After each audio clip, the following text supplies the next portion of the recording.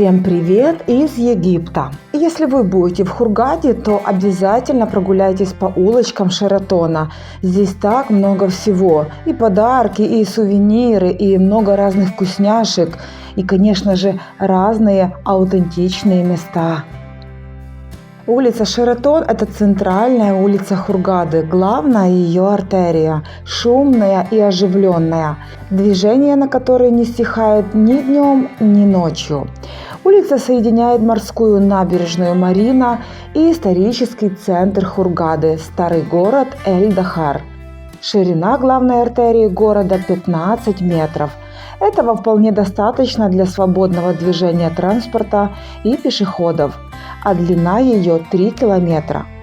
Вдоль улицы расположились отели, рестораны, бары, кафе и закусочные, магазины и сувенирные лавки, кальянные с мягкими террасами. Примечательно, что городские власти Хургады тщательно следят за чистотой и порядком главной улицы.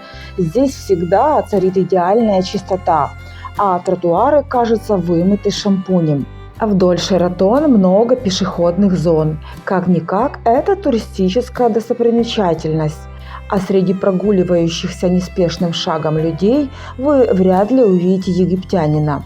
Скорее всего, это будут англичане, немцы, американцы и русские, китайцы и индусы, но не местные жители. Вдоль пешеходных аллей растут пальмы.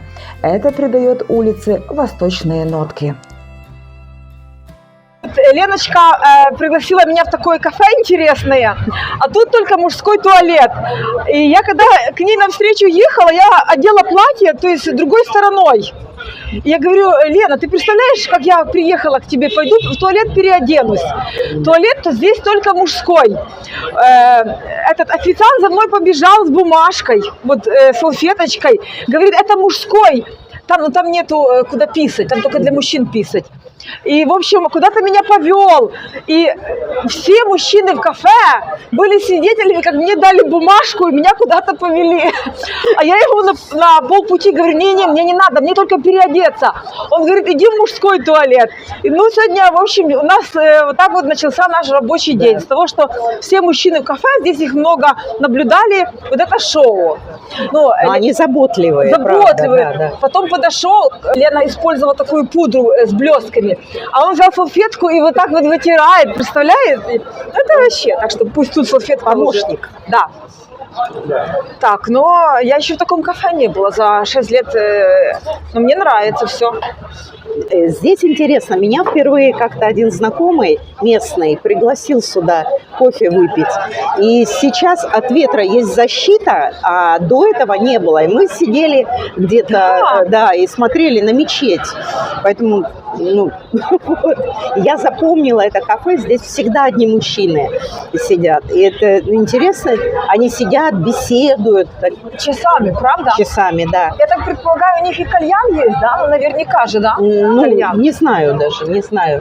Да. Я кальян не курю, поэтому я вообще не знаю. Я не курю, но тут его много. Смотри, там ремонт. Да. Шератон – это вообще невероятная улица. Сейчас мы немножечко будем вам показывать. Да, так они достраивать начали. Ведь там много лет вообще недострой был. Сейчас я смотрю, где-то там уже кирпичи завезли, уже построили 2 этажа. Здесь уже начали. Так что вот. А вот смотри, что-то закрывать будут, да? Не знаю, наверное. Может быть, это ветрозащита. У нас очень сильный ветер. Да. И они очень эмоциональные такие. Кажется, что они ругаются, правда? Да. Слушай, вот я прям сниму. Снимай, потому что это много шума так от них бывает. Но они такие сразу очень деловые. Главное, смотри, как интересно. И приехала ассенизаторская машина. И мужчины собрались, срочно нужно поменять все. Да. Они такие очень горячие. А на самом деле, это женская энергия такая. Да? Да. Когда женщины заходят, это же редкость, чтобы в это кафе и тут женщины сидели, а мы решили, конечно. Поэтому они так это самое, да? Вот. Сильно ухаживать, помогать хотят, да? Да. Вот. Забавно на это все смотреть. Интересные они. да? Мгм. Да, очень интересно. Знаете, вот хотела спросить, это Елена, она психолог, и время от времени мы с ней вот ходим гулять. И вот я прям, пользуясь случаем, хочу спросить. Очень часто мне пишут такие комментарии с таким гневом, с такой ненавистью. Вот. Правда, не так много. Но вот когда ты читаешь эти комментарии, становится страшно. Вот что человек может чувствовать? Ведь я ему ничего плохого не сделала, но и не планирую, и не знаю даже его. Да, ну это хейтеры их Хейтеры, называют, да? Это даже ужас. На самом деле, вообще, это интересные люди. Здесь это смесь вот психологических защит, это незрелость, такая эмоциональная незрелость у людей. Вот как они кричат громко. Да. Надо будет, чтобы перекричать. Да. То есть здесь очень много. На самом деле, различают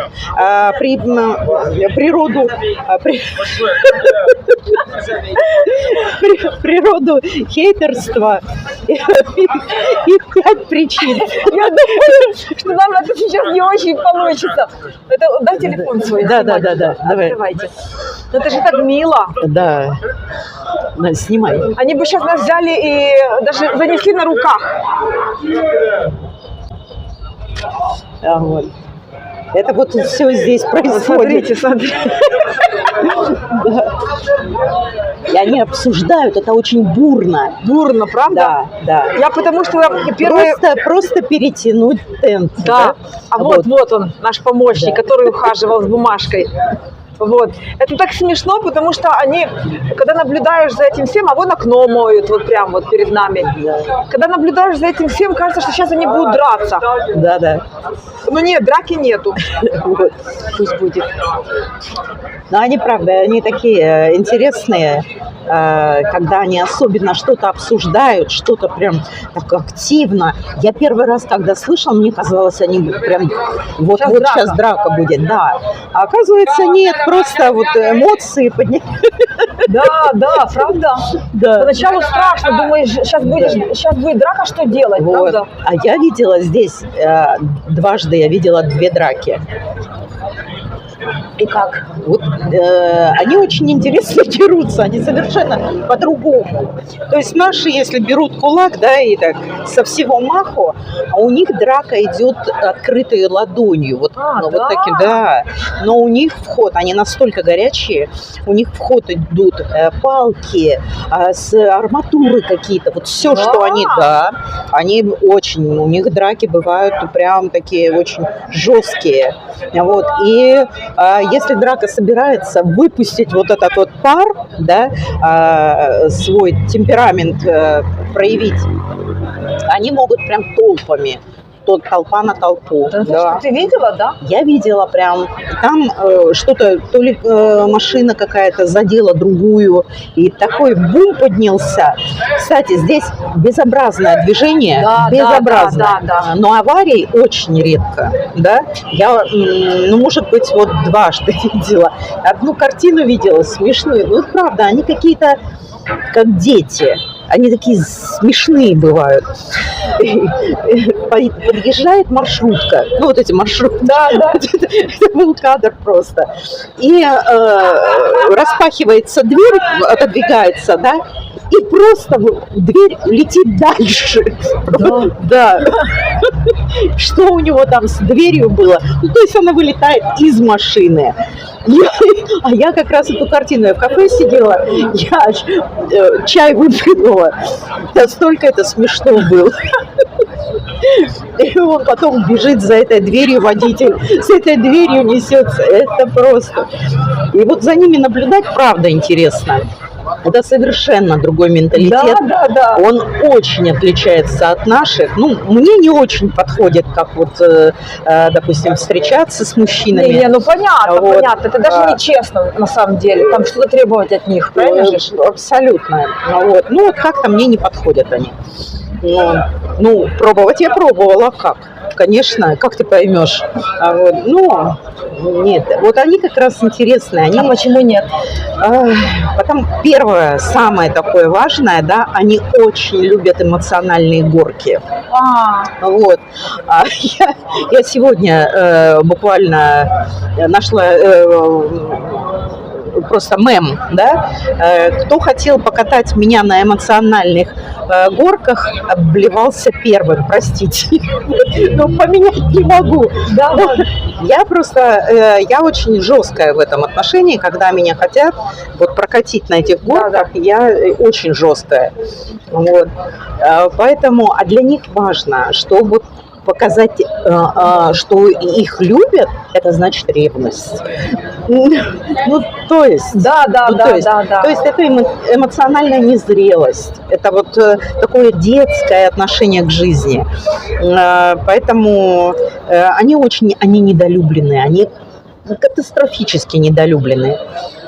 У меня были отношения, вот когда я пробовала, тестировала, и мужчина, он 9 детей в семье, 9, абсолютно нищета. Мама только тем и занималась, что рожала, да? Отец, он был каким-то то ли завхозом в школе, ну что-то такое.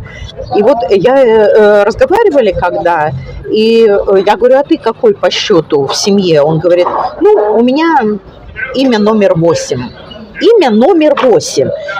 Вы понимаете, вот мама рожала, да, первых, там у нее, может, не открылось сердце, да, для детей. А уже на 8-9 у нее катастрофически не хватило больше. Ну, не хватает эмоций.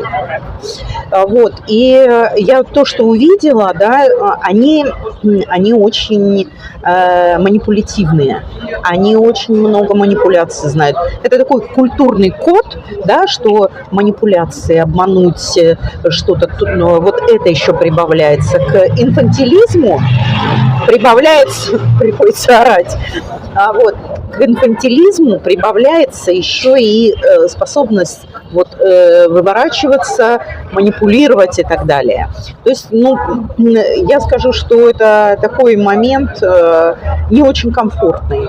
Вот. Но это культура такая. Да, ну, да.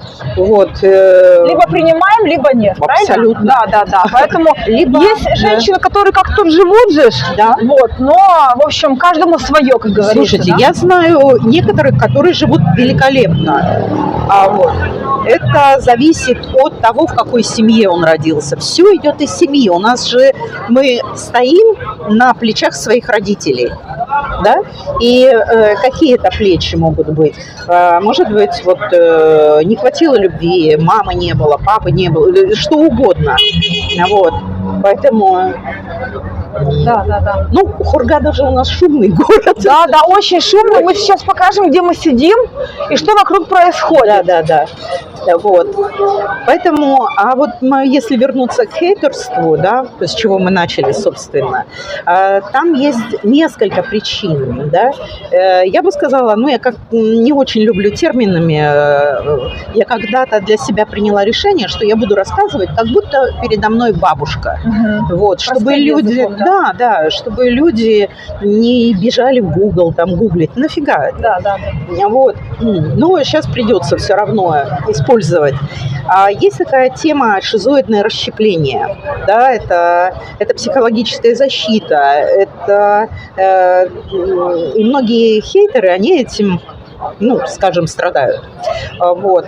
И здесь мир расщеплен, как бы такой конфликт внутри, расщепленка. Мир делится на белое и черное, на я и они. Там столько у людей внутри вот этого конфликта, им тяжело. У них, допустим, я вот сегодня без красной помады, но всю жизнь я хожу с красной помадой. И кого-то это может тревожить, а я так не могу. А она паскудница такая, смогла, какого черта она? Ах ты, вот, старая кошелка и так далее, да? И это может вот таким быть, может быть боль. боль, которая случилась у человека, ну что-то произошло, булили, как это модное слово, да? В семье издевались. Конечно, в семье могли и так далее. И человек просто неосознанно мстит. Там, ну, осознанности кроки. Вот. Поэтому, дорогие хейтеры, выбирайте, что вам больше нравится. Да. Вот. На самом деле, это тяжесть жизни. Это такое управляется с завистью, с какой-то болью. Ну, человек просто не справляется. Вот. Вот смотрите, тут да, из сумки. Нет, не надо. Спасибо. Вот. Видите? YouTube, мистер, YouTube. No, YouTube. Work. Вот. Вот, и они не справляются с этим. И первое, ну что, ах, они паскуды, они могут или нет. И с завистью справиться на самом деле очень трудно. Да. Очень трудно. Это нет веры в себя, нет вот этих опор внутри, которые, ну, мы получаем изначально в семье. Это первое. Да, какие были родители, что они давали, верили они в вас или нет. Вот такая история. Знаете, есть такой момент, как, ну, один из таких фактов, да, что посмотреть на хейтера, чтобы отделить себя от него, да, и понять, что у него боль, у него какая-то боль. Но это так себе способ. Ну, все равно многие люди относят к себе, да? Почему относят к себе? Почему мы так реагируем? То, что было в школе, да? Ты не такая, покажи, какая ты плохо училась, там, ты не выполнила, ты плохо прочитала и так далее. В семье можно быть лучше, нужно быть лучше и так далее. То есть бесконечное сравнение. Вот. И у большинства, я бы сказала, наверное, может быть, у 90% мы все время сравниваем себя с кем-то. Все время. А я, а мне, а как? Вот. И поднимается тревожность. Есть такой способ защищаться – это обесценить труд. Я хочу сказать, что снимать ролики, да, ну это большой труд, потому что я веду блог, и я пишу, я точно так же выкладываю, но я не в Ютубе. Вот, я в Инстаграме. И я постоянно что-то делаю для людей. Я рекомендации какие-то даю, я что-то снимаю, чтобы было понятно, да. Вот. Это великий труд. Это на самом деле я раньше не думала, что это труд, ну, как бы труд. Потому что у меня был кабинет в центре города, да. Я приехала, провела консультацию, отправила человека счастливым, довольным. Вот. А потом пошла в сети, да, и я поняла, насколько это нелегкий труд. Потому что, во-первых, донести мысль нужно, время смонтировать, да, чтобы было понятно, чтобы было интересно. Вот и все. Да. Вот. И понятно, что любой труд – это, ну, достоин уважения. Но, простите, Да. не каждый это может оценить. Но. Да. Вот. Пользуясь случаем, дорогие подписчики, оцените мое вязаное платье-чехол. Это я его Классное, связала да. В первую зиму. Я поняла, какие здесь зимы холодные. Я сидела, вязала, не знаю сколько. Да. Но я его не продаю, потому что оно уникальное. Вот. Шикарно. Шикарно. Так что вот так вот. Это круто. А мне вот это Сумочка? Да. Тоже я прям вязала, да. вообще в восторге. Но Давай магазина, у меня все есть. потом, букра. Ну что ж, на сегодня все. Буду с вами прощаться. Подписывайтесь на канал, ставьте лайки, пишите комментарии. И самое главное, смотрите видео, которые я оставляю в заставках. Там всегда много ценного. Пока-пока. До скорых встреч в Египте.